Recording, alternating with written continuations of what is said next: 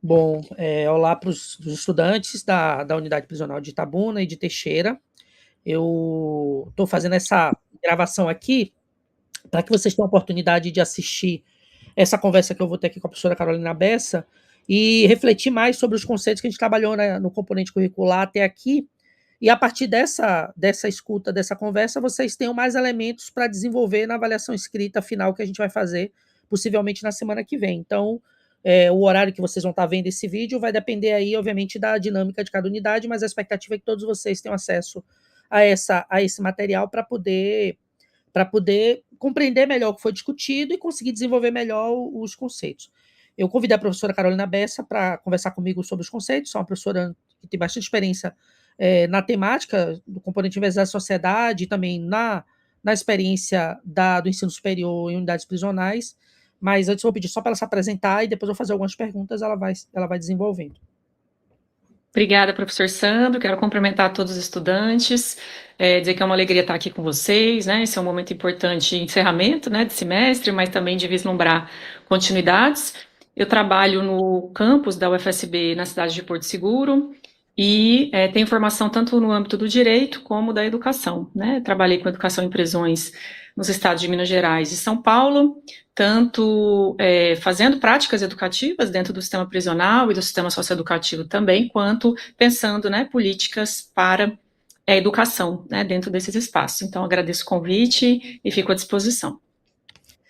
Bom, então, Carolina, a nossa primeira aula, ela usou como referência um trecho do Plano Orientador. É um documento importante da FSB, né, que depois de já mais de 10 anos da sua existência, a gente vem pensando ele criticamente, mas ele traz alguns elementos do que seriam as expectativas da UFSB enquanto uma universidade diferente. A gente sabe que ao longo dessa história muita coisa aconteceu, mas alguns princípios estão lá, possivelmente se cumpriram, outros não, e os alunos foram mobilizados a partir de um extrato do plano orientador a pensar um pouco sobre a UFSB. Então, antes da gente tentar aprofundar o conceito de universidade, pensar isso historicamente, a gente pensou assim, bom, o que é o FSB? O que é que ela se propõe? E pensando aí no princípio das ações afirmativas que está no nosso estatuto, eu mobilizei bastante com eles a expectativa de uma universidade interiorizada que se pretende, que se propôs a ser uma universidade inclusiva. Esse conceito de universidade inclusiva foi o principal elemento trabalhado, e aí os alunos, na maioria das vezes, eles tendem a ter uma leitura um pouco que a gente precisa combater, de que a UFSB é linda porque ofertou a eles essa possibilidade. E aí a gente tentando fazer isso de modo crítico, assim, o direito à educação superior é algo que está presente em diversos documentos legais, né? Eu até trouxe alguns elementos do novo PNS para eles, mas o que a gente discutiu muito assim, o que é o FSB e como ela consegue, de fato, ser diferente em alguns aspectos nessa direção do conceito de universidade inclusiva. Então, eu queria que você falasse um pouco sobre isso, para ajudar os estudantes a compreender essa ideia de uma universidade inclusiva e se a UFSB consegue ser assim ou tentou ser assim, algo nessa direção. Interessante. Eu acho que eu destacaria dois pontos, né, professor e estudantes. Primeiro, quando a gente pensa no direito à educação. O direito à educação, ele é um direito sempre em disputa, né? O que significa isso? Ele nunca está pronto e acabado para todo mundo.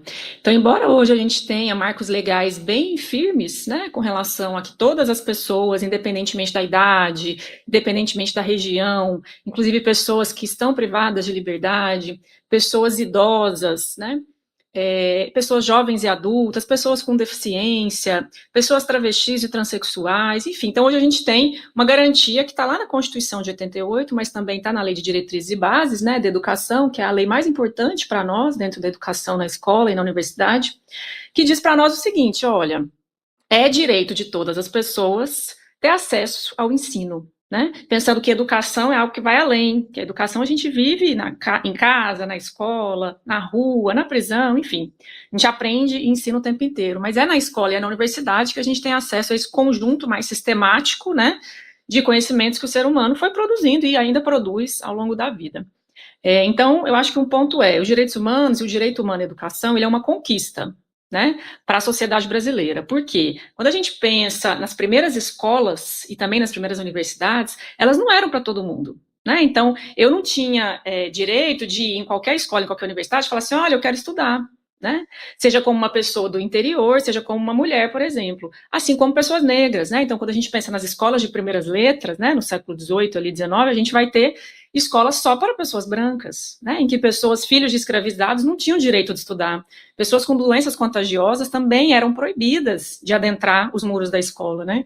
Então, o acesso à educação, ele é um processo de conquista, né? Então, ele não foi dado para a gente. Ele foi sendo objeto de disputa de movimentos sociais, de sindicatos, do movimento das crianças em situação de rua, por exemplo, do movimento de jovens e adultos, né, para as pessoas que foram negado esse direito na chamada idade correta, poder depois fazer o antigo supletivo, né, que hoje é a educação de jovens e adultos. Então, acho que primeiro é entender que a educação é um direito em disputa. Recorrentemente, a gente vê avanços e retrocessos, né? Pessoas que são impedidas de acessar a escola, ou que não têm as condições. Então, quando a gente pensa hoje em pessoas autistas, né? Pessoas com deficiência, ainda é um processo que a gente está aprendendo, enquanto estudantes, enquanto professores, enquanto gestores, a incluir essas pessoas junto com outros estudantes, né? Antigamente, a gente tinha escola só para pessoas com deficiência, elas não frequentavam junto. Hoje não, hoje o processo é de incluir nesse sentido de não só conviver, mas também aprender junto com essas limitações, mas olhar para essas pessoas não como limitantes, né, mas como quais são as habilidades que elas têm para além das deficiências, né, para além desses limites. Então, eu acho que a primeira coisa é essa. E aí, quando a gente pensa em universidade, mais ainda, a universidade não foi pensada para todo mundo, né, as primeiras universidades, elas, pelo menos pensando no Brasil, né, elas foram pensadas para formar burocratas, né? Então, a primeira faculdade de Direito, que foi em São Paulo e Olinda, né? São faculdades que são criadas para quê? Para formar os filhos dos portugueses, colonizadores, para integrar as estruturas do Estado.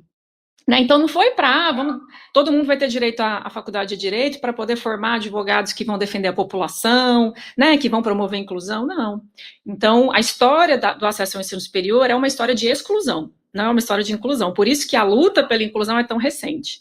Quando a gente pensa em universidade pública, mais ainda, as universidades públicas, elas tiveram um aumento significativo nas suas estruturas, né, no interior do Brasil, nos últimos 20 anos, a gente poderia dizer, né, desde o primeiro governo Lula, 2003. Então, a gente observa que ele investe, né, fortemente em dizer assim, não, a gente tem que interiorizar, ou seja, levar as universidades para o Brasil profundo. Por quê? Porque a gente, antigamente, tinha que sair das nossas cidades, do interior, para ir para as capitais. Né? Então, as pessoas aqui de Porto Seguro, por exemplo, tinham que ir para Salvador, ou tinham que ir para núcleos que já existiam, como, por exemplo, Vitória da Conquista, ou outros municípios, né? Hoje não, hoje a gente tem aqui, eu tenho estudantes em Porto Seguro, que são as primeiras pessoas que têm seus 18, 20 anos, primeira pessoa que conseguiu pensar em acessar a universidade. Por quê? Porque antes ela não tinha nem condição de imaginar que ia ter que mudar de cidade, conseguir um emprego para se sustentar, para poder acessar um ensino superior público, né? Porque o privado também, ele depende de um pagamento de uma mensalidade, né? E o público não. Então, eu acho que a UFSB, ela vem de uma leva de várias universidades que vem dessa política pública do governo federal de interiorizar, ou seja, levar as universidades para cidades menores do interior do Brasil e promover essa inclusão mais ampla, pensando em classe social. Né? Mas aí, paralelamente a isso, a gente tem um processo das ações afirmativas, né? Que são essas políticas de incluir a partir de alguns recortes. Então, pessoas negras, né? Pretos e pardos, pessoas indígenas, pessoas com deficiência, pessoas que estudaram a vida toda em escola pública, né? E no Brasil, diferente de outros países, a gente tem o processo seletivo. Tem mais isso, né, para entrar na universidade, ou seja, não é igual na educação básica, que você tem lá, se é criança, adolescente ou adulto, vai na escola mais próxima e busca a sua vaga e se matricula. Não, na universidade você tem que fazer uma prova, ou seja, você tem que provar, demonstrar que você tem condições de letramento, de interpretação de texto, de escrita, de acessar o ensino superior, né? E isso já é um filtro muito grande, a gente poderia dizer, para além dos filtros sociais, raciais, de localização geográfica. Então, eu percebo que esse processo, tanto de interiorizar quanto de promover ações afirmativas, que é o caso das cotas para as pessoas presas, né, e egressas do sistema prisional, vem nesse encontro de uma nova visão de universidade, em relação a esse processo histórico, né? A universidade hoje, ela pode e deve ser emancipatória para toda e qualquer pessoa, não só para formar mais as classes dominantes, né? Os membros aí do Estado, da burocracia estatal, ou os empresários, né? Aqueles que historicamente sempre conseguiram acessar. Então, como é que a gente faz essa virada de chave? Por meio de indução, ou seja, de uma ação direcionada, que é interiorizar e que é promover esse acesso. Então, acho que a UFSB vem nessa leva, mas ela é especial, né, nesse sentido que você traz, porque ela amplia as cotas, usando a sua autonomia de ação, como uma universidade pública tem, a sua autonomia de promover ações, né, próprias, de dizer assim, não, olha, a gente está interiorizando nessas 3 cidades, inicialmente, né, Porto Seguro, Itabuna e Ilhéus e Teixeira de Freitas, e atualmente também Jequié, mas para além disso, quem são as pessoas que vão entrar aqui? Né? A gente quer promover uma reparação também, né, histórica. Não dá para a gente reproduzir esse modelo que só sempre vão entrar as pessoas de classe média, brancas, das capitais, né? E para mudar isso, a gente tem que direcionar esforços. Então, acho que a UFSB vem muito nessa caminhada de afirmar a inclusão como um princípio matriz, assim, né? É central pensar que a UFSB existe nesse território com essa motivação. Claro, não é sem dificuldades, como você disse, né? A gente tem, por exemplo, problema de permanência, né? Às vezes os estudantes começam, mas tem que trabalhar 8, 10 horas por dia, tem que fazer trabalho, tem que fazer leitura, tem que cuidar da família. Então, essa concomitância de papéis é um problema, mas aí vem as ações de permanência, né? Auxílios, enfim. Então, acho que são esses fatores que me vêm à mente nesse momento da sua pergunta. Bom, a partir do que você trouxe, um segundo passo que a gente deu no componente foi pensar um pouco a universidade enquanto eu vou usar o conceito de instrução social, porque ele vai conectar com a aula seguinte, quando a gente discutiu o conceito de sociedade, a partir da perspectiva funcionalista, né? Foi a escolha que a gente fez de pensar o conceito de sociedade. Aí, essa instituição social, ao longo da história, ela se transformou, você trouxe isso muito bem. Na aula, a gente reforçou muito isso. Assim, a universidade não foi pensada historicamente para ser acessível para as pessoas de um determinado segmento da sociedade, que é o segmento majoritário. Aí as pontes principais, assim, pensando na sociedade estamental, naquele modelo em que os direitos eram pré-estabelecidos, a desigualdade era institucionalizada. Então, ela foi pensada para ser um instrumento de privilégio e de reforço dessa estrutura de dominação dessas classes superiores, desses estamentos superiores. Quando a gente muda o modelo de sociedade estamental, onde essa desigualdade era formalmente estabelecida, para uma sociedade de classes, onde, em tese, essa desigualdade institucional não existe, ela consegue se adaptar muito bem à nova desigualdade que se impõe, que é a desigualdade econômica. Então, se ela agora já não é mais um espaço restrito a uma parte, a um estamento privilegiado, ela agora acaba sendo um espaço restrito para as classes que dominam a sociedade a partir do poder econômico. E aí, a análise que a gente fez ao longo da aula era que essa universidade, na sociedade capitalista, ela continuou sendo restrita para privilegiar as classes dominantes, a burguesia, e dessa maneira contribuir na reprodução da desigualdade. Então, ela funciona como um aparelho ideológico, para, de novo, usar lá uma categoria clássica, né, do marxismo. Então, ela serve para contribuir para a reprodução da desigualdade. As ações afirmativas, portanto, elas tentam quebrar essa lógica, promovendo a discriminação positiva, né? Você inverte a prioridade. Então, o que a gente terminou essa aula foi discutindo que, de fato, a universidade se transformou. Então, hoje a gente pode dizer que nós temos uma universidade democrática em que o acesso foi garantido. Então, o que eu vou te pedir para continuar desenvolvendo, você falou da questão da permanência, que para mim é um ponto central desse debate, mas dessa universidade restrita para a universidade de hoje, é possível dizer que ela se transformou? Hoje a gente tem uma universidade no Brasil diferente daquela que nós vivíamos hoje, os dados corroboram essa tese, a experiência do FSB corrobora essa tese, ou ainda falta muito? É uma pergunta difícil, né, Sandra, essa, porque tem um paradoxo aí, né? Ou seja, é quase um beco sem saída, né? Porque assim, quando a gente pensa, eu acho que isso tem a ver com por que o Estado moderno foi criado, né? E as suas instituições. E nessa leitura que você faz marxista, crítica, né, dos aparelhos ideológicos aí, que a escola entra, a prisão entra como aparelho repressor, a polícia, enfim, a escola e tal. Então, eu fico pensando, por que o Estado moderno foi criado? Né? O Estado moderno ele foi criado também para manter um certo status quo, ou seja, para manter uma classe, que no caso ali foi a burguesia, quando a gente olha para a história ocidental, pelo menos, né, no poder. Então, a burguesia estava insatisfeita com a nobreza, estava insatisfeita com esse processo de passar o poder, né, de maneira consanguínea, religiosa, a Igreja Católica, né, essa mistura também do Estado com a fé, né, com a religião, que é muito perigosa, e não, hoje, né, não faz nenhum sentido, porque o Estado é laico, né, mas pensando assim, olha, o Estado moderno ele existe também para manter um certo padrão, que é o que você menciona de reproduzir, né, esse estado de coisas, digamos assim. Então, e aí vem críticas muito profundas. Embora a gente confie no Estado, a gente quer, por exemplo, participar das estruturas do Estado, a gente quer opinar, consulta pública, audiência pública, né? A gente quer que o Estado seja inclusivo, mas ao mesmo tempo a gente fica pensando, ele foi criado para isso mesmo? Será que o Estado foi criado para isso? Será que tem jeito, dentro dessa estrutura de Estado que a gente tem hoje, né, de pensar que ele vai reduzir as desigualdades? Porque está lá na Constituição de 88, artigo 3º, é o objetivo do Brasil reduzir desigualdades, enfrentar essas disparidades, garantir direitos fundamentais, que estão no artigo 5º, né, então, e no artigo 6º, né, direito à educação, saúde, trabalho, liberdade de ir e vir, liberdade de expressão. Qual é a questão? Esses direitos, nenhum deles são totalmente absolutos. Né? Então, o próprio Estado também traz uma chave de limitação. Hoje a gente tem esse debate muito na sociedade, nas redes sociais, e esse ano que é o ano eleitoral, isso também vem muito à tona, né? Minha liberdade de expressão ela é absoluta, eu posso falar o que eu quiser na democracia, mas isso não é uma verdade. Nenhum direito humano é absoluto dentro do Estado moderno, só 2, na verdade, que eu vou falar quais são.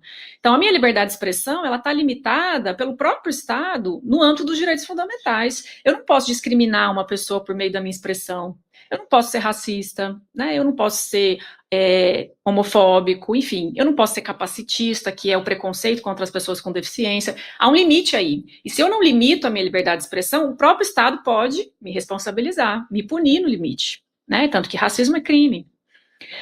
Homofobia é crime hoje no Brasil. Então, esse mesmo Estado, né, esse para mim é uma grande ambiguidade, né, o mesmo Estado que foi criado para, de alguma maneira, garantir esses direitos, a gente transfere para o Estado, enquanto sociedade, simbolicamente, esse poder. É ele quem vai falar as leis, é ele quem vai falar o que é segurança pública, é ele quem vai fazer as políticas públicas de maneira central, né? Mas é ele também quem vai me punir, é ele também quem vai me responsabilizar, é ele também quem vai me limitar. Né? Então eu realmente fico assim meio encabulada, né, pensando que o Estado é essa figura meio ambígua, porque ele tem esse papel, a gente confia nele, e aí entra a universidade, né? Só voltando, os 2 direitos humanos que não podem ser limitados é a proibição da tortura e a proibição da escravidão.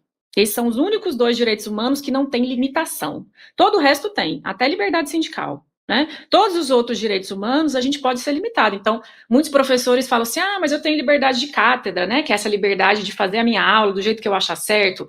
Esse direito não é absoluto, ele não é ilimitado. Eu também tenho limites na sala de aula. Eu não posso me comportar de qualquer maneira, eu não posso falar qualquer coisa, porque o limite da minha fala é exatamente o respeito ao outro. Né? Então, e isso está dentro também das estruturas estamentais, digamos assim, do Estado moderno. E aí, a universidade, eu fico pensando, como no caso nossa, da UFSB, que é uma universidade pública federal, né? A gente tem as privadas, que tem outro estatuto, a gente tem as estaduais, que também tem outro regimento, mas pensando na gente, né, que estamos dentro dessa rede de ensino federal, do governo federal, do Ministério da Educação, a gente também está alinhado, de alguma maneira, a essas políticas nacionais, né, de educação. Mas, como uma instituição estatal, como você muito bem disse, eu acho que ela tende, sim, a reproduzir essa lógica. Tá? Agora, a minha questão é como é que a gente, acreditando, né, na perspectiva democrática e participativa e inclusiva, como é que a gente encontra essas brechas? Né, esses espaços, é igual como se fosse aquela graminha que nasce no asfalto, né?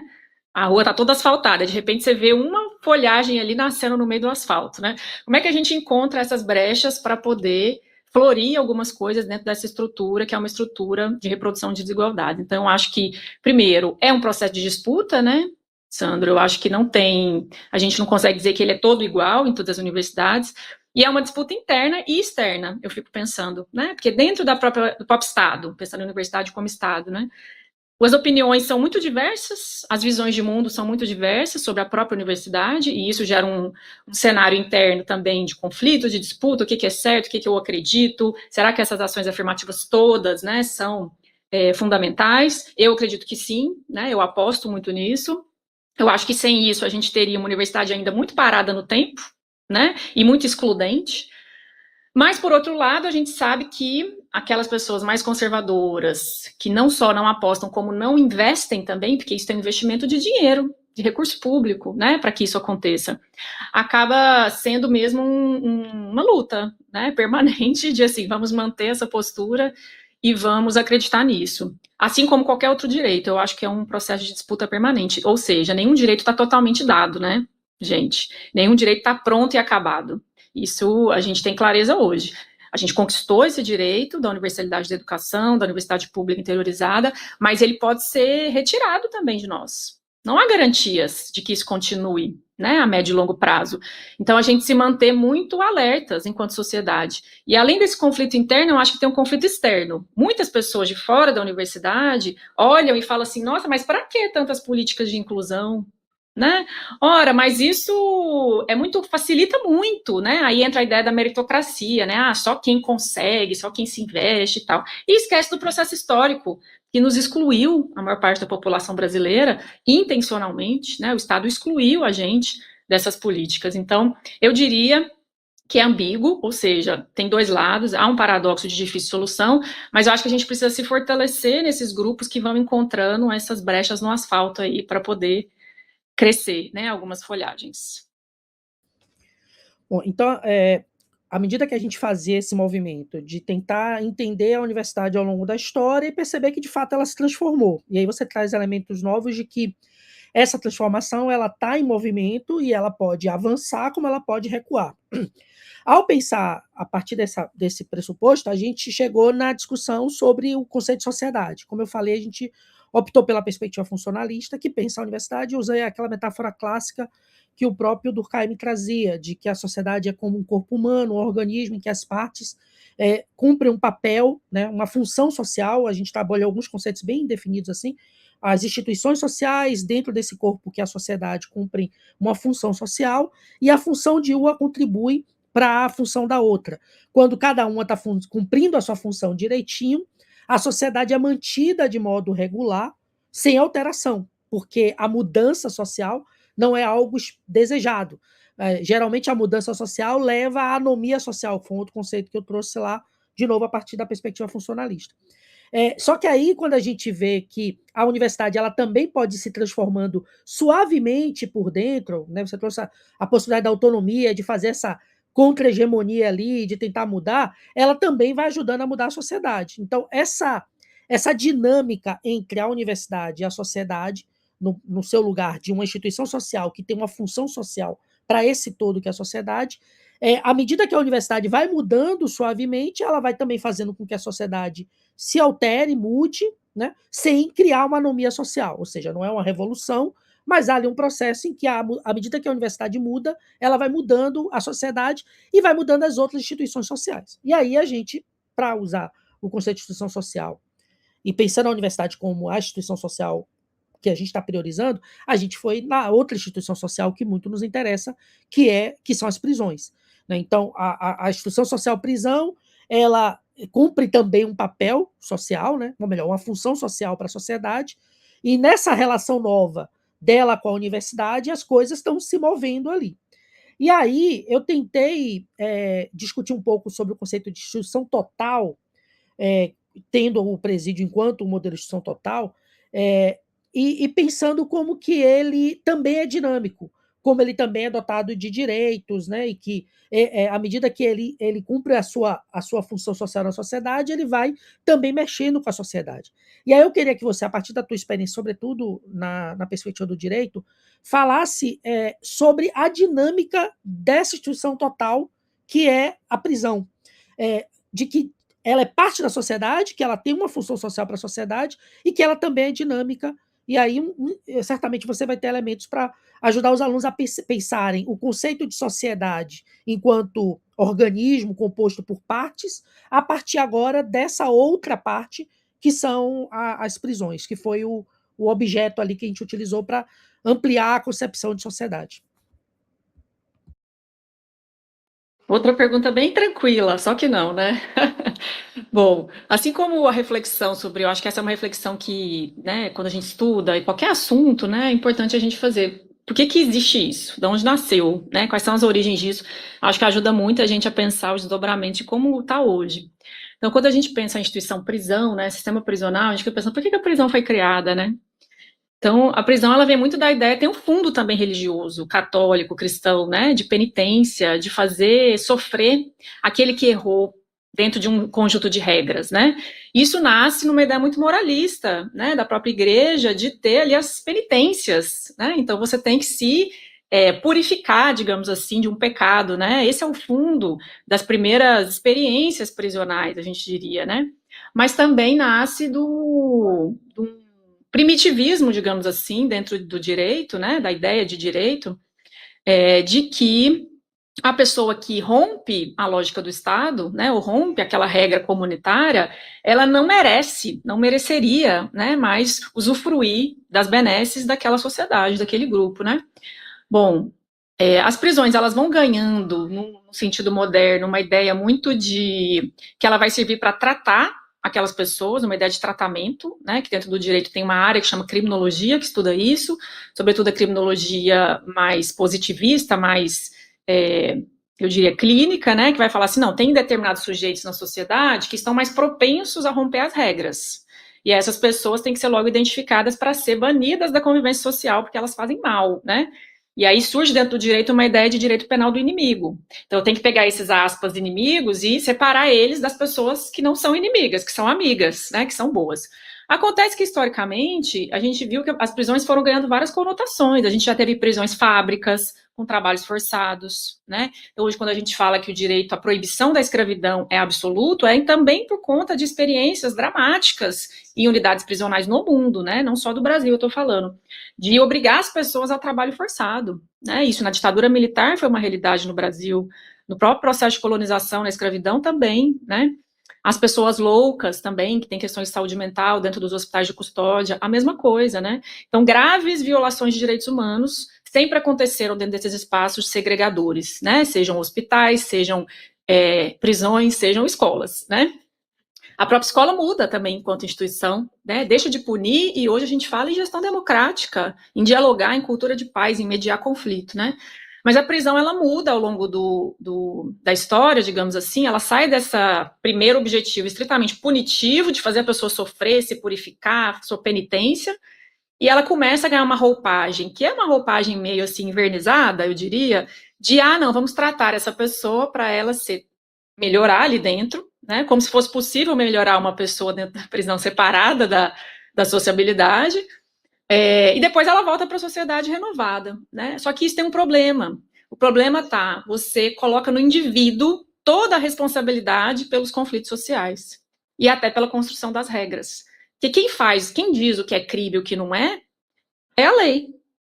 Né? Inclusive, ao longo da história, crimes deixam de ser crimes, né? E outras coisas passam a ser crimes. Por exemplo, a homofobia não era crime no Brasil há 20, 30 anos atrás. Hoje é, né? Então, os crimes também têm essa dinâmica. Em alguns momentos há coisas que são crimes e outras não. E isso tem tudo a ver com o sistema capitalista. Né? Porque quando a gente vê qual é o maior número de crimes que levam as pessoas hoje a serem capturadas pela prisão, tráfico, furto e roubo, a maioria, né, das pessoas que estão privadas de liberdade tem esses 3 enquadramentos.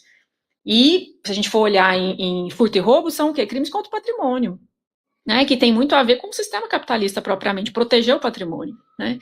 Então, a prisão, ela muda dessa ideia de tratamento, de reeducar, de reintegrar, né, e passa a entender assim, não, gente, não funciona você separar o indivíduo, segregar ele, ainda mais uma instituição que viola direitos humanos muitas vezes, né, e isso está em relatórios públicos, não somos nós que estamos falando, né, e isso não só no Brasil, em todo o mundo. Então, hoje, a gente conta que a sociologia, né, da punição estuda isso, que ali no começo do século XX tem uma mudança declarada dos estados. Vai dizer assim, não, agora a gente tem um giro punitivo, que é o quê? A prisão, ela pune mesmo. A gente tem que reconhecer isso, e aí a gente vai ter que trabalhar o quê? A sociedade, ela quer que as pessoas, de fato, mudem as suas perspectivas de vida, muda o modo como lida com os conflitos, ou a primeira resposta vai ser sempre encarcerar. Né? O que a gente tem visto, né, Sandro, é que a sociedade tem um pânico moral, né? Isso também é objeto de estudo, ou seja, que a pessoa que erra tem que ser punida. Então existe essa coisa muito forte das pessoas defenderem a punição a qualquer custo, dentro de casa, no espaço público, né? Enfim. E isso tem a ver com a nossa história, está no nosso DNA, né? Então, os primeiros povos que moravam no Brasil foram punidos por existirem, né? E isso segue, a colonialidade segue nesse aspecto. Então, eu acho que esse é um ponto. O que muda para mim da prisão, apesar de todo esse histórico, né, de ter sido criada com o objetivo mesmo de sofrimento, eu acho que é a ideia da redemocratização. Quando a gente tem, em 88, no Brasil, em vários países da América do Sul, né, esse processo de sair da ditadura formalmente e ir para a democracia, né, e o Estado de Direito que a gente fala assim, não, ó, a pessoa, ela pode romper a lei, né, ela pode descumprir um combinado social que está lá no Código Penal, na Lei Maria da Penha, tantas leis. Mas isso por si só não faz com que ela deixe de ser pessoa. Então, esse reconhecimento público a gente tem com a Constituição de 88, né? De dizer assim, a pessoa ela pode ser privada de liberdade, não poderia ser legalmente a primeira opção, deveria ser a última opção, a gente teria que pensar em penas alternativas, em mediação de conflitos, em políticas sociais, entender o contexto dessa pessoa, enfim, em educação. Mas, em sendo privada de liberdade, ela foi privada de um direito, que é o ir e vir, que está lá no artigo 5º da Constituição. Mas todos os outros direitos, o Estado tem que manter, inclusive porque só o Estado pode punir alguém. Só ele tem esse monopólio, né, nas palavras lá do Weber. Então, e os outros direitos estão sendo cumpridos? Né? A saúde, a alimentação, a assistência familiar, né? A família está conseguindo acompanhar essa pessoa ali nesse processo. Então, assim, eu acho que hoje a gente tem um problema grave, que é da própria sociedade achar que a prisão é a única saída, né? E eu acho que a gente tem que desconstruir isso, estabelecer essas pontes, inclusive do dentro com o fora, da própria prisão, da própria universidade, entender o quão prejudicial é a prisão em termos, inclusive, de orçamento público, em termos, inclusive, da subjetividade das pessoas e das famílias que vivem a prisão, não é um processo tranquilo, né? E desse pós também. Como é que vai ser esse pós? Né? Então, hoje a gente pensa em políticas para pessoas agressas. Pensar a retomada dessa vida em liberdade, pensar a inserção profissional, pensar a relação com a família, que às vezes fica estremecida. Enfim, são muitos fatores subjetivos, né? A gente poderia dizer, tem alguns autores que vão dizer, a pessoa sai da prisão, mas a prisão não sai dela. Porque são marcas profundas que podem ali ficar nesse paradoxo da segurança com os direitos fundamentais, né? Então, entender que o ir e vir ele está limitado, e isso é, assim, avassalador, né, do ponto de vista da humanidade, porque a pessoa não pode ir para onde ela quiser. Ao mesmo tempo, não perder a perspectiva de que outros direitos devem ser garantidos ali dentro. Aí eu acho que a gente entra enquanto educação, né? A educação como esse, às vezes, o professor Roberto da Silva, que foi um professor lá em São Paulo, que ficou 30 anos preso, né, e depois se tornou professor universitário, ele costumava dizer que a prisão é uma fronteira ainda para a sociedade, né? Uma fronteira porque poucas pessoas conhecem de fato essa realidade enquanto sociedade, não querem conhecer, né? E sequer se sensibilizam quando a gente fala assim, olha, existem direitos que têm que ser garantidos ali. E aí hoje a gente tem um grande marco no Brasil, que é o próprio Supremo Tribunal Federal tendo reconhecido em uma ação, né, que as prisões, elas descumprem direitos básicos. Então, como é que a gente vai trabalhar enquanto sociedade, enquanto Estado, para cobrar pelo menos isso? Se não o fim das prisões, né, a gente cobrar pelo menos que esses direitos sejam assegurados para essas pessoas ali, porque elas não deixam de ser sujeitos de direitos, né, elas continuam. Tem que ser responsabilizados, claro, todas as pessoas que descumprem a lei, mas porque sempre teria que ser com encarceramento e porque sempre pessoas com alguns marcadores sociais, né, como pessoas que têm menos acesso a advogados, pessoas que tiveram rupturas escolares, enfim. Ou seja, a lei e a prisão, ela não opera igualmente sobre todas as pessoas. E isso vários estudos já comprovam, né? Ela não opera de maneira igual, ou pelo menos equânime, entre classes sociais diferentes. Muitas pessoas que têm alto poder aquisitivo vão conseguir pagar excelentes advogados, vão ter acesso, né, a benefícios, enfim, que outras pessoas não poderiam ter por uma limitação também. Então, enfim, são essas as minhas primeiras palavras, mas eu acho que hoje um desafio é a gente construir essas pontes, né, Sandro? A prisão é uma instituição muito fechada, e aí a própria expressão aí, né, do Goffman diz isso, é uma instituição total porque ela não tem brechas, aquelas brechas do asfalto não tem do dentro e com fora. Né? Então, eu, por exemplo, várias vezes fui fazer projeto com pessoas presas, uma época eu fazia com mulheres que estavam com bebês, na ala nos pavilhões materno-infantis, né? A gente chegava lá com uma atividade e tinha que refazer todo o planejamento, por quê? Porque a regra da segurança aquele dia mudou, porque teve algum conflito ali dentro, a gente não podia mais dar aula. né? Então, até a gente que já faz trabalho com prisão tem essa dificuldade de manter a interlocução do fora com dentro. Imagina a sociedade em geral. Então, acho que talvez falte desconstruir um pouco esses estigmas, né? E repensar as próprias funções da prisão. É um caminho ainda muito longo. É interessante como, de fato, as coisas estão se combinando bem com o que a gente vem discutindo na sala. Então, de novo, a gente trabalhou 3 conceitos: universidade, sociedade e cidadania, e aí, quando a gente tentou pensar a sociedade enquanto esse todo, composto pelas regras, a gente usou muito, de novo, a categoria funcionalista da consciência coletiva, que te vigia acerca do cumprimento das regras e que te aplica a sanção social, né, quando você descumpre a regra. E aí discutiu a universidade e a unidade prisional enquanto partes dessa sociedade, cada uma cumprindo a sua função. Só que tanto em uma quanto outra, existe a unidade que a compõe. Então, a sociedade seria o todo, a universidade e a prisão seriam as partes da sociedade, e cada pessoa dentro dela é a unidade, é o indivíduo que, portanto, tem as suas subjetividades e é dotado de direitos.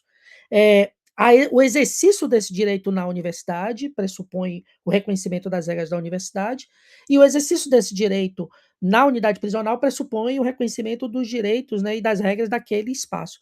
E aí a gente falou muito assim: bom, tanto na universidade quanto na unidade prisional, exercer esse direito diante de determinadas regras é ter uma noção do que seria a cidadania. Então, o exercício da cidadania na universidade passa por determinadas práticas, determinadas movimentações naquele contexto, e na unidade prisional da mesma maneira.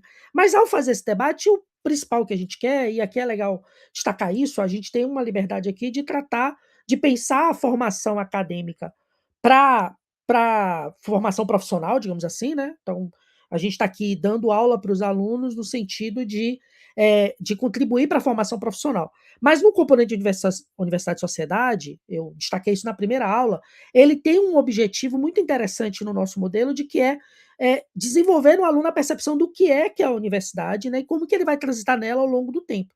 Então a gente tem mais liberdade de pensar criticamente esses espaços.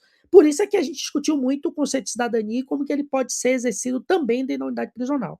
A minha pergunta final, a partir desses 3 conceitos, é como que você destaca possibilidades do exercício da cidadania de estudante em privado de liberdade na universidade, já que eles são alunos da universidade, portanto, podem exercer sua cidadania na universidade, e dentro da unidade prisional, porque também ali ele é cidadão, ele tem que ter direito a exercer os seus direitos, né? Aí eu queria que você falasse um pouco sobre o conceito de cidadania nesses 2 contextos, o contexto da universidade e o contexto da prisão.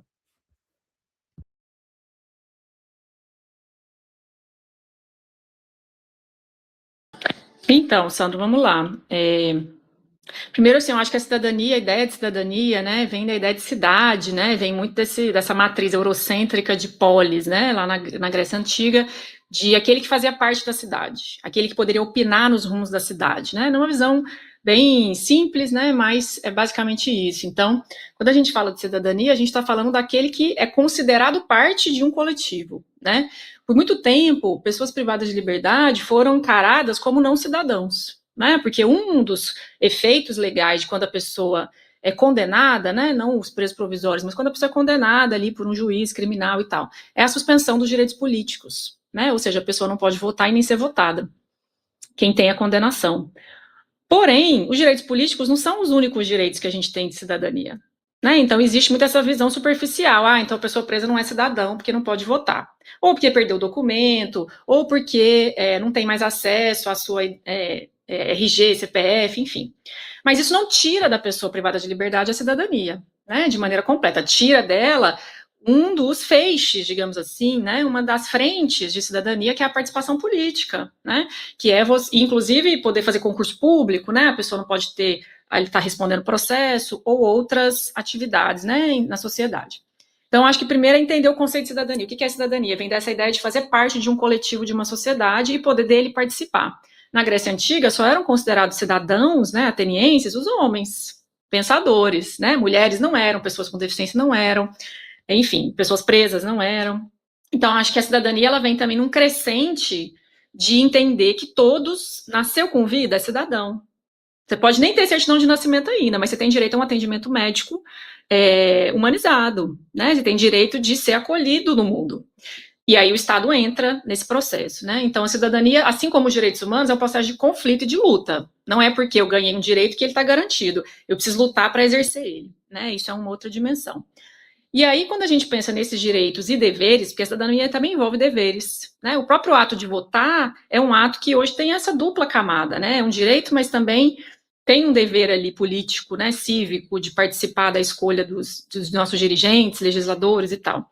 A gente pode dizer que isso tem mais ou menos 3 conjuntos de direitos de cidadania, né? Os direitos civis, que são esses direitos de você ter um nome, de você ter um documento, de você ter liberdade de poder comprar uma coisa ou de vender uma coisa, liberdade de se expressar dentro dos limites dos direitos humanos, né? Sem infringir ninguém, sem violentar ninguém. Então, esses direitos mais civis. Tem os direitos mais de natureza política, que são esses de participação, mas a participação não se dá só pelo voto, né? Eu posso participar, por exemplo, de um fórum que vai discutir, por exemplo, o direito à alimentação na minha cidade.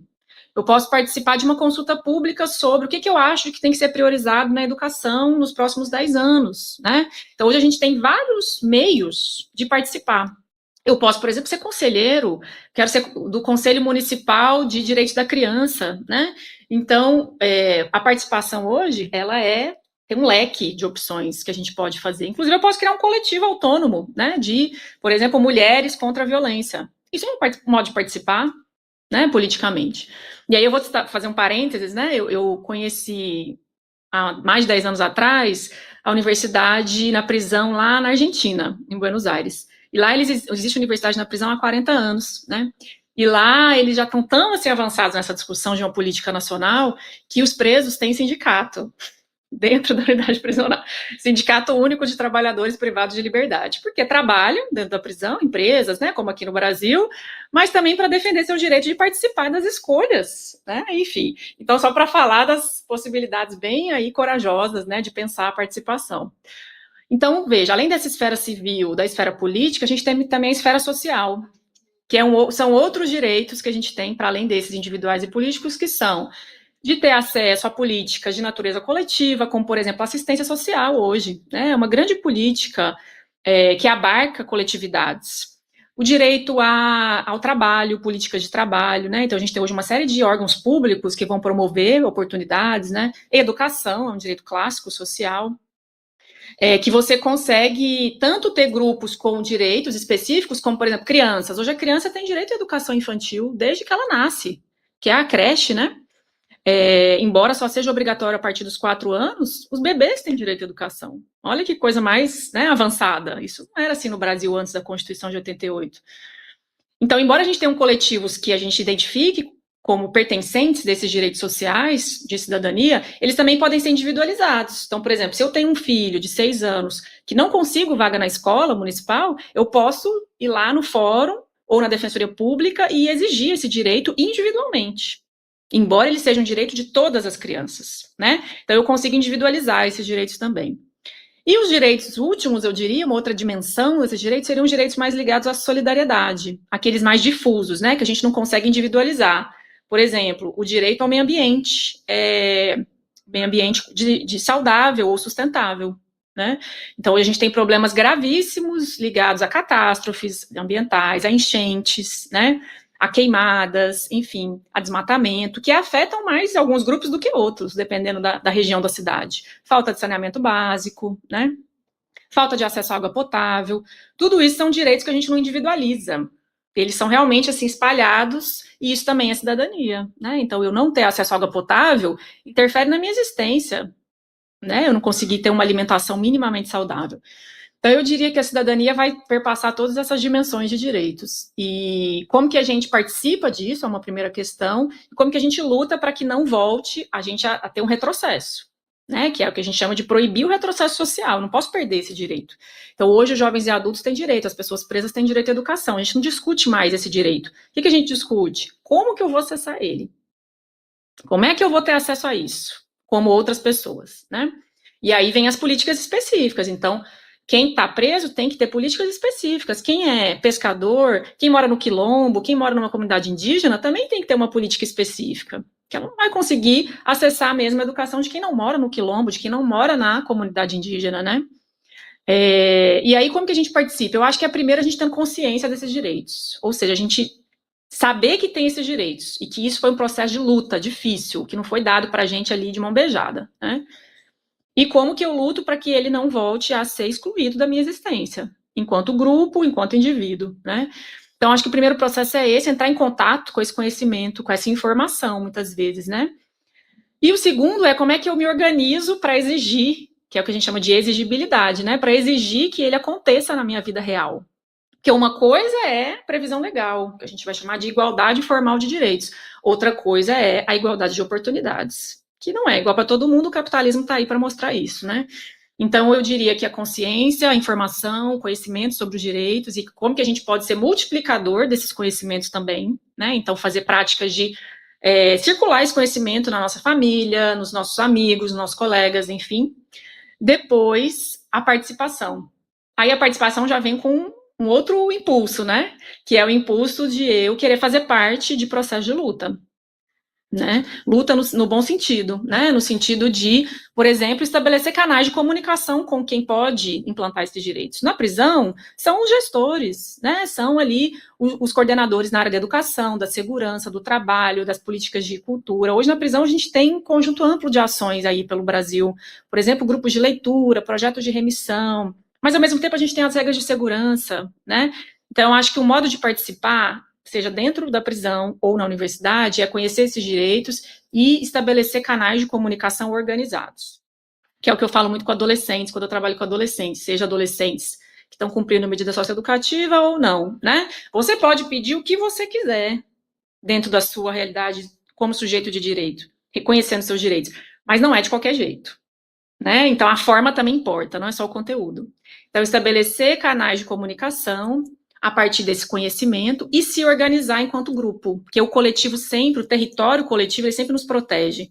Quando a gente está sozinho, a gente está sempre mais vulnerável, né? Então, como é que eu me protejo com um grupo que tenha a sensação de pertencimento em alguma chave ali de identificação, para cobrar esses direitos com uma comunicação, que seja uma comunicação mediadora, né, uma comunicação organizada. Então, eu diria que isso, tanto na participação estudantil, profissional, social, dentro da prisão, que é mais difícil, porque as regras são mais rígidas, que envolve as questões de segurança, quanto fora, né, fora da prisão, pensando em universidade, a gente tem as participações, as representações. Na prisão, a gente também tem os representantes ali de pavilhão, de cela, né, que fazem esse trabalho. Mas eu acho que passa pela educação, né, Sandro? Não educação só formal, mas esse processo de educação entre os pares e como a gente pode, estando fora também, contribuir de alguma maneira para esse processo de tomada de consciência e tomada de impulso participativo. Quando a gente discutia essa questão dos direitos, da consciência dos direitos, a gente percebe uma variedade muito grande no perfil dos nossos estudantes, né? A gente tem Nesse componente, a gente tem tido o acompanhamento de algo em torno de 40 estudantes dentro da unidade Teixeira, da unidade Tabuna, e alguns estudantes que já estão no aberto há algum tempo, e alguns que, inclusive, conseguiram avarar recentemente. Foi até uma dinâmica interessante de perceber que o aluno vinha assistindo a aula comigo ali dentro da unidade, depois que saiu, deu um jeito de entrar em contato comigo, contou com o apoio dos servidores da unidade para dizer, olha, eu saí, mas eu quero continuar assistindo a aula. Então, a gente tem perfis diferentes. E esses perfis diferentes também têm a ver com a experiência de vida. Então, tem alunos nossos aqui que já fizeram universidade, que não durante as aulas que eram síncronas, conseguiam trazer elementos bem novos da consciência dos direitos, né? Então, esse exercício da cidadania dentro da unidade prisional, com as limitações que você destacou, ele passa também não só pela consciência de direito, mas encontrar quais são os meios da participação. E aí eu estava lembrando de algumas estratégias de participação. Eu lembro que a promotora Cleide Ramos chegou a sugerir que fosse criada uma associação de estudantes egressos prisional da UFSB ou do Estado, alguma coisa assim, como um exercício desse fazer coletivo que você destacou. O outro exercício de direito que eu vinha destacando era exercer bem o direito ao estudo, ao acesso à aula. Então, assim, valorizar esse momento, tentar estar ali. A gente sabe que ali você está sendo marcado por uma série de questões que atravessam a sua vida, então tá ali, prestar atenção naquela aula não é sempre uma tarefa muito simples, vai variar de pessoa a pessoa, mas aproveitar muito bem isso, porque acessar esse direito com qualidade é um exercício de cidadania. Ter acesso ao material didático, ler os textos, se dedicar para fazer desse momento um momento de qualidade que ajude a ampliar outros direitos, né? E, consequentemente, ampliar a possibilidade do exercício da sua cidadania. E aí eu queria terminar te pedindo para você falar um pouco, dar uma espécie de orientação para esses alunos acerca do que é o desafio de fazer o ensino superior nessas condições, sobretudo considerando que você tem um acompanhamento do tema há mais tempo, e a partir de um conceito que eu tenho sempre focalizado, que é o conceito da resiliência, assim, né? De não desistir, de valorizar essa oportunidade, que não é um presente, como você bem destacou, é fruto de uma luta de muitas pessoas que passaram pela experiência do cárcere, que lutaram para o acesso à educação ser ampliado, mas não desistir e aproveitar bem a oportunidade de estudar na UFSB, é, enquanto está na unidade prisional, com as limitações que existem ainda hoje, depois que saem, com as outras limitações que vão surgir depois que saem, mas seguir firme nessa oportunidade, porque o acesso ao ensino superior ele não garante a mudança de vida automaticamente, mas ele tem um potencial muito grande de transformar a vida das pessoas. Então, eu peço que a gente encerre você dando um pouco dessa, não vou dizer conselho, porque conselho, se fosse bom, não se dava, se vendia, mas uma espécie de reforço do quão é importante exercer a cidadania enquanto estudante nessa oportunidade que é estar na UFSB nesse momento. Bom, então, assim, eu destacaria duas coisas, né, Sandro, nesse ponto. Primeiro, dizer que educação é um caminho sem volta, né, pessoal? Então, assim, não tem como você desver o que você já viu a partir do acesso ao conhecimento, né? Eu costumo falar isso para os estudantes, né, aqui na universidade, também na educação básica. É um caminho sem volta, né, no sentido do conhecimento que você pode aprender, acessar, multiplicar, né? Então, não dá para você falar assim, eu aprendi isso e quero voltar ao status anterior, não dá. Mas ele também não é um caminho sem volta só para a gente, enquanto histórias de vida particulares, né? É um caminho sem volta também enquanto sociedade, porque isso significa que houve uma trajetória longa, né, como o próprio professor Sandro trouxe, de outras pessoas que vieram antes, para que hoje eu estivesse aqui enquanto professora, por exemplo, né? Na minha família ninguém fez ensino superior e teve mestrado e doutorado, né? Então, mas incentivaram e fizeram escadas para que eu pudesse também subir essas escadas de alguma maneira, né? Então, dizer que esse caminho sem volta, ele tem uma perspectiva muito individual, porque vai fazer parte da sua trajetória de vida e de despertar também para conhecimentos, modos de vida, de trabalho, mas também é social, né, do ponto de vista de quem veio antes e de quem vem depois. Ao mesmo tempo, da capacidade que você amplia em termos de participação nos rumos da própria comunidade, né? Então, um conhecimento em uma área, ele pode mobilizar coisas novas no seu entorno, né? Além da sua trajetória de vida no seu entorno. Então, o conhecimento ele também é capaz de transformar a sociedade de alguma maneira. A passos lentos, a gente sabe, né? Mas a história nos mostra essa dialética, digamos assim, de transformação do indivíduo para o social. É um projeto, porém, de médio e longo prazo. Então, isso vai muito de encontro com o capitalismo, que é essa coisa rápida. Eu tenho que comprar, eu tenho que consumir, eu tenho que trabalhar, eu tenho que dar conta dos meus compromissos, eu tenho que sustentar pessoas e a mim mesmo, né? Então, assim, a educação, acessar a educação, fazer um ensino superior, depois, né, continuar, enfim, construir uma jornada no mundo do trabalho diferente, é um projeto de médio prazo. Isso envolve uma certa paciência histórica com a gente mesmo, né? No sentido de dizer assim, olha, uma universidade hoje, um curso, são 4 anos, pelo menos, né? Veja, o direito, né, que é o curso que eu dou aula aqui, são 5 anos. Mas quando eu olho para os estudantes que estão entrando e estão saindo, e o modo como eles estão transformando as suas próprias existências, do seu entorno e de comunidades inteiras, né, isso tem um impacto, assim, imensurável em várias camadas. Então, assim, é também de médio e longo prazo, mas ele é irreversível. Ele é irreversível do ponto de vista dos caminhos que se abrem, tá? Eu diria, por fim, que a Universidade na Prisão é uma iniciativa nova, tá, gente? Então, assim, o Brasil, diferente de outros países, tem começado a despertar para isso, eu diria que nos últimos 10, 15 anos, né? Hoje a gente tem experiências muito diferentes no Maranhão, no Pernambuco, no Rio Grande do Norte, na Bahia, em Minas Gerais, São Paulo, que eu conheço. Então, assim, você tem cursos EAD, você tem cursos presenciais, você tem como a FSB por meio de cotas, que é uma coisa super pioneira, ou seja, não tem em outras universidades no Brasil. Você tem cursos das mais diversas maneiras sendo feitos, né? Cursos de universidades privadas também. Mas isso depende muito do engajamento de todos esses atores. Ou seja, não adianta a universidade ofertar a vaga e os estudantes não terem interesse, porque a tendência é isso ir esvaziando, né? Claro que, como uma iniciativa nova, ela está em construção, e isso é sempre difícil para todo mundo, porque a gente está aprendendo a cada dia, né, como fazer isso dar certo.